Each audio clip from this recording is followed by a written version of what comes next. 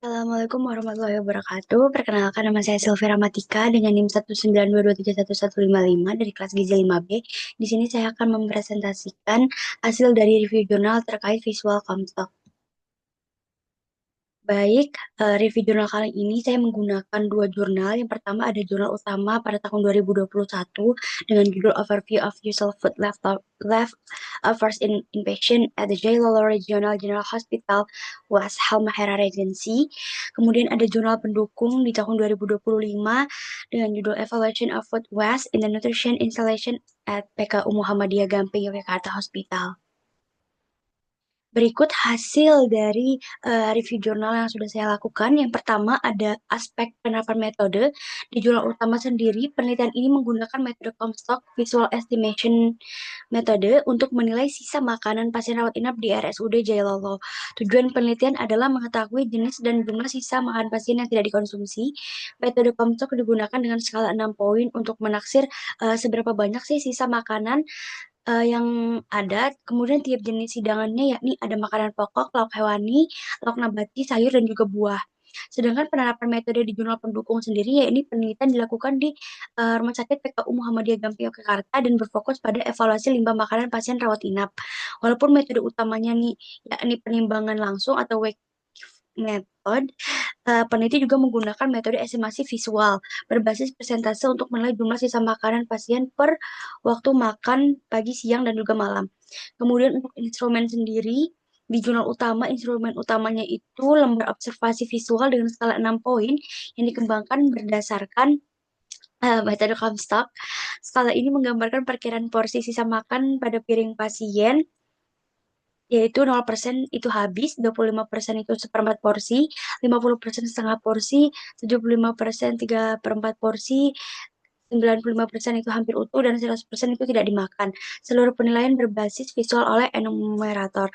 Sedangkan instrumen di penelitian PKU Gamping menggunakan dua jenis instrumen. Yang pertama, timbangan elektronik data 722P Portugal dengan kapasitas 5 kg dan ketelitian 0,1 gram.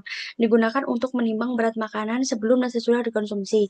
Yang kedua, ada lembar observasi visual berbasis presentasi untuk mendukung penilaian subjektif. Kombinasi kedua alat ini meningkatkan ketepatan data. Kemudian ada prosedur. Untuk prosedur di jurnal utama yakni ada langkah-langkahnya. Yang pertama, pasien diberi makan sesuai standar rumah sakit. Setelah dimakan, pengamat menilai sisa makanan tiap komponen menu.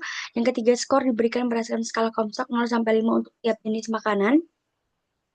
Kemudian data diubah menjadi persentase sisa makanan per jenis hidangan. Metode ini sendiri digunakan pada 20 responden. Selanjutnya, prosedur pada jurnal pendukung itu dilakukan dalam 3 tahap. Yang pertama, sebelum penyajian, berat makan diukur untuk mengetahui porsi awal. Kemudian sesudah penyajian, sisa makan di dapur itu tidak tersaji dan di piring pasien ditimbang kembali. Yang ketiga, analisis data di mana hasil ditabulasi dan dianalisis menggunakan SPSS untuk menentukan total limbah per waktu makan, yakni sarapan, makan siang, dan juga malam. Kemudian penelitian ini mengikuti Europe Commission Standar 2019. Sedangkan untuk hasil di jurnal utama sendiri, yang pertama sebagian besar pasien meninggalkan makanan lebih dari 20%. Kemudian jenis makanan yang paling banyak tersisa itu nasi dan juga sayur. Kemudian hasil di jurnal pendukung, limbah makanan rata-rata 84,23 kilo per hari. Kemudian makan malam menghasilkan limbah terbanyak. Kemudian jenis makanan yang paling sering tersisa adalah nasi, lauk, dan juga sayur. Kemudian untuk kelebihan dan kekurangan sendiri di jurnal utama, kelebihannya yakni ya cepat, murah, praktis diterapkan di rumah sakit dengan jumlah pasien yang besar, kemudian tidak membutuhkan alat berat atau proses yang rumit. Namun kekurangannya adalah penilaiannya yang bersifat subjektif, yaitu tergantung dari persepsi pengamatnya sendiri. Kemudian potensi kesalahan itu tinggi jika enumerator itu tidak terlatih. Jadi cara meminimalisir error yakni eh, melalui pelatihan, pengamat menggunakan contoh visual dan panduan skala porsi Comstock, serta observasi konsisten oleh orang yang sama. Sedangkan kelebihan dan kekurangan dari dua pendukung yakni penimbangan langsung menghasilkan data yang objektif dan akurat. Kemudian penggunaan timbangan digital mengurangi kesalahan pengamatan manual. Sedangkan kekurangannya memerlukan waktu, alat, dan tenaga yang lebih banyak. Seperti yang kita tahu, dengan menimbang jenis-jenis makanan itu memerlukan waktu yang cukup banyak. Kemudian jurnal tidak menyebutkan standar skala poin visual Comstock yang digunakan. Kemudian risiko kesalahan muncul jika alat tidak dikalibrasi dengan benar. Cara minimalisir errornya menggunakan alat dengan ketelitian yang tinggi, prosedur baku yang tadi saya sudah sebutkan, Europe Commission Standard 2019, serta pengawasan oleh petugas terlatih. Jadi kalau di sini ditanya, apa sih Europe Commission Standard 2019? Itu tuh kayak pedoman yang sudah dikeluarkan eh, untuk menjelaskan cara standar untuk mengukur, mengklasifikasi, dan melaporkan terkait food waste di berbagai sektor, termasuk di rumah tangga, restoran, maupun juga institusi penyedia makanan seperti rumah sakit. Kemudian terkait validitas atau reprodusibilitasnya, di jurnal utama sendiri metode Comstock disebut sebagai alternatif dari food waste metode. Di jurnal disebutkan bahwa validitas metode Comstock itu lebih rendah dibanding food waste, tetapi masih diterima untuk survei cepat dan evaluasi layanan gizi rumah sakit. Namun akurasi bergantung pada pengalaman pengamat. Sedangkan validitas yang dilakukan di jurnal pendukung itu melalui dua pendekatan. Yang pertama, validasi metodologis, yaitu mengikuti Europe Commission Standard.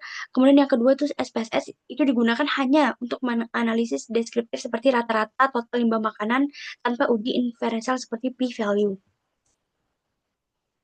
Baik, berikut adalah daftar pustakanya.